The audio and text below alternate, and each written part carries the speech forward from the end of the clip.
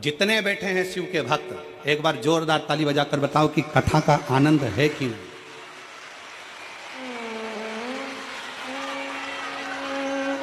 दोनों हाथ उठाकर एक बार हर महादेव।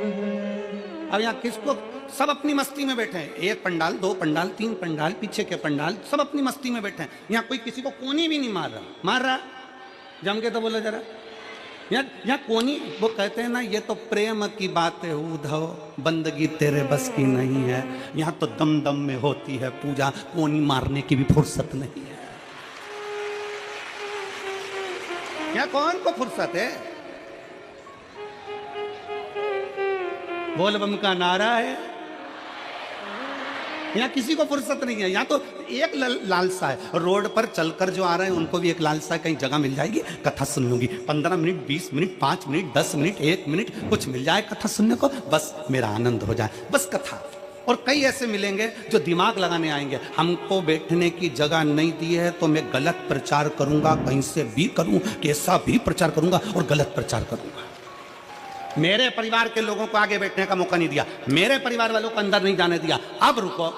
और उसने बनाया 2-4 वीडियो और शेयर कर दिया। तो तुम भी मत छोड़ना रे मेरठ वालों, तुम्हारा खुद का मोबाइल किसी मीडिया से कम नहीं। और मैं धन्यवाद दूंगा यहाँ के इस मेरठ के एक एक पत्रकार बंधुओं को और एक एक सोशल मीडिया वालों को, जिन्होंने इस कथा का खूब आनंद से जनमानस में भेजा।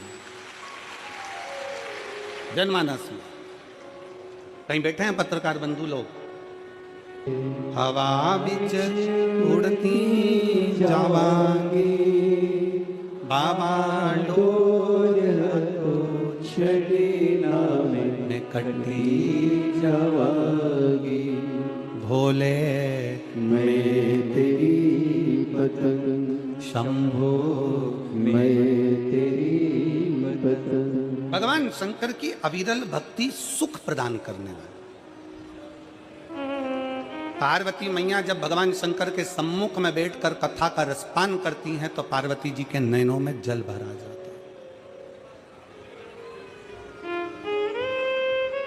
पार्वती जी के नैनों में जल भरा जाता है, नेत्र में जल। पार्वती क्यों?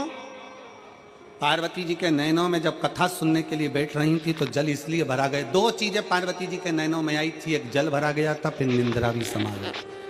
पार्वती जी के नैनों में कथा चालू होने के पहले जल इसलिए आ गया था क्योंकि पार्वती जी को अपने पूर्व जन्म का भान होता गया। मैं सती बनी थी, कुंभज ऋषि के यहाँ कथा सुनने के लिए गई थी। कथा सुनने के लिए जब मैं कुंभज बाबा के यहाँ पहुंची तब उस जगह पर मेरा मन कथा में नहीं लगा था, मेरे भीतर अहंकार आ गया था और कथा मुझसे छूट गई थी। फिर पार्वती जी को उमा बनी और उमा बनकर भगवान महेश के साथ में कथा सुनने के लिए गई थी, तब मन नहीं लगा था कथा। फिर माता पार्वती कात्यायनी बनी, भगवान शंकर के साथ कथा सुनने के लिए गई। फिर माँ भगवान शंकर बगला मुख बने और पार्वती मैया बगला मुखी बनी। याद आया कि मैं कथा सुनने के लिए गई थी, नहीं सुन पाई। भगवान शंकर कमल बने और पार्वती मैया कमला बनी। पार्वती जी के स्मरण में आया मैं कमल के साथ में भगवान शंकर के साथ कथा सुनने के लिए गई थी, सुन नहीं पाई। शिवजी ध्रुमबान बने, पार्वती ध्रुमावती बनी। स्मरण में आया कि मैं कथा नहीं सुन पाई थी। जितने जितने शंकर भगवान के साथ में, शंकर भगवान महाकाल बने और पार्वती महाकाली बनी, तो पार्वती जी सोचती हैं कि मैं उस समय पर काली बनी तो भी कथा नहीं सुन पाई, तो भी कथा नहीं श्रवण कर पाई। आज पार्वती जी की आंख में आंसू भर गया कि आज मेरे बाबा ने बड़ी कृपा करी जो मुझे कथा सुनाने के लिए इस अमरनाथ की गुफा के अंदर लाकर बिठा दिया और मुझे कथा सुना। अमरनाथ की गुफा। अरे ओ मेरठ की मेरी जीजियों और मेरठ के मेरे जीजाओं, मेरी बेटियों बेटाओं, मेरी माताओं, मेरे भाई, आप सबके चरणों को नमन कर कर कहता हूं, ना जाने कौन सी किस्मत आप और हमने ली है जो इस मेरठ की भूमि पर शिव पुराण की कथा सुन रहे हैं। जिस भूमि पर बेलकेश्वर महादेव विराजमान है, जिस भूमि पर ओगणनाथ विराजमान है, जिस भूमि पर मेरठ के चारों तरफ शंकर भगवान के प्राचीन प्राचीन मंदिर विराजमान हैं, और आज भी मेरठ की पवित्र भूमि शंकर के एक एक शिवलिंग से समाहित है। ये वो मेरठ की भूमि है,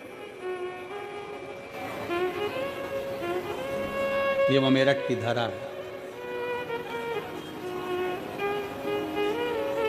जहां बैठकर आप और हम कथा सुन रहे हैं। कई माताएं ऐसी हैं यहां बैठी हुई हैं जो हापुड़ में कथा सुनने गई थी। हाथ उठाओ जरा, हापुड़ वाली हो। ये देखो, इतनी सारी माताएं हापुड़ गई थी, और हापुड़ में इन सब माताओं ने वहां बैठकर जरूर भगवान से कहा होगा कि मेरठ में भी शिव पुराण की कथा हो। आशीष जी, गोयल जी कहाँ गए? गोयल जी नहीं बैठे हैं, कहाँ दिख नहीं रहा है? बैठे नीचे हैं क्या? अच्छा, तो हम कहें यजमान परिवार दोनों से, गोयल जी और आशीष जी से, कि ये इनका पुण्य सामने आया है तो तुम जजमान बनकर शिव पुराण की कथा श्रवण कर लो। ये पुण्यता है, ये आनंद है।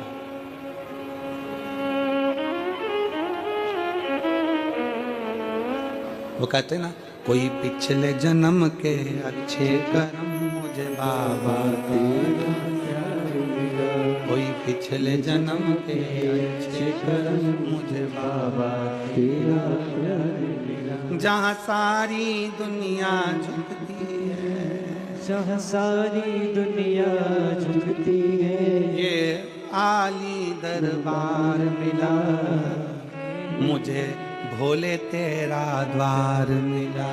कोई पिछले जन्म के अच्छे कर्म मुझे बाबा तेरा, कोई पूर्व का लिखा होगा, कोई पूर्व का बना होगा, और पूर्व का बने बिगर मिल भी नहीं सकता।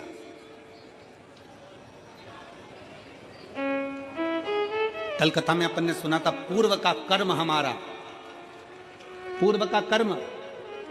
एक पंडित जी पूजन करते थे, उनका हाथ क्यों कटा? पूर्व का कर्म था कि कोई मार्ग बता दिया होगा। राजा का बेटा क्यों मारा? कोई पूर्व का कर्म होगा मारा। रानी क्यों गला काट दी? कोई पूर्व का कर्म होगा महाराज।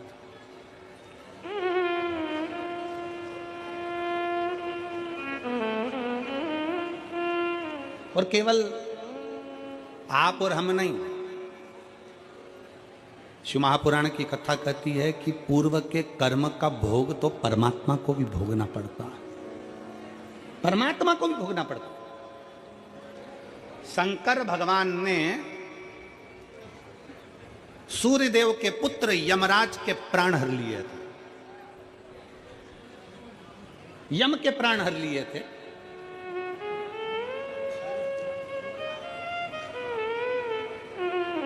और यम के प्राण जब हर लिए, यमराज के प्राण चले गए, तो सूर्य नारायण भगवान रोते रोते आए और उन्होंने कहा, मेरा बेटा यम चले गया।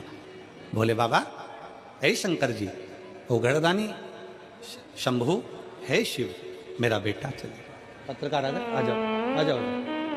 ये भाव इसलिए नयनों से जल बह रहा है माता पार्वती के नयन से कि मैंने इतने जन्म गंवा दिए और हर जन्म में मुझे कथा सुनने को मिली, पर मैं कथा सुनने जा नहीं पाई, मेरा दिल नहीं लगा पाया। कितने जन्म मैंने निकाल दिए और हर जन्म में मैंने कथा सुनने का प्रयास किया, पर कथा श्रवण नहीं कर पाया। कितने जन्म, एक जन्म की तो बात ही नहीं। कितने कितने जन्म निकाल दिए माँ ने, कितने जन्म। एलईडियां चालू करिए, एलईडियां नीचे। और कितने जन्म मैंने निकाल दिए और मुझे भगवान की कथा श्रवण करने का मौका नहीं मिला। पर आज माता पार्वती जी जब बैठी अमरनाथ की गुफा में, और अमरनाथ की गुफा में बैठकर माता पार्वती जी ने जैसे ही कथा को श्रवण करना प्रारंभ करा, मन लगा माता पार्वती जी का कथा में, चित्त लगा माता पार्वती जी का कथा में। पर कुछ देर बाद माता पार्वती के नयनों में निंद्रा समा गई। पार्वती जी के नयनों में निंद्रा समा गई।